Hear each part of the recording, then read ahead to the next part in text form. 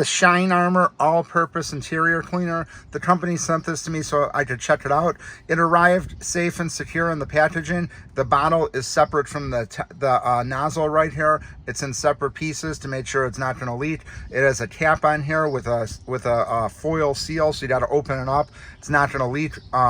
Safe and secure. And then it's got this area right here to turn the nozzle on and off, so this way it's not going to leak when you are just storing it. If you keep it in your glove box or in the trunk of your car or wherever you're storing it, it's not going to leak.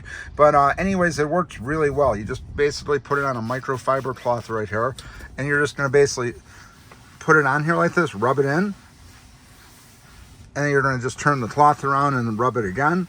And it just works really good. This does work like traditional interior cleaners. I'm very happy with it in this vehicle right here. The seats get really dirty, and I like the fact you could use this from the leather to the plastic, so that's really good.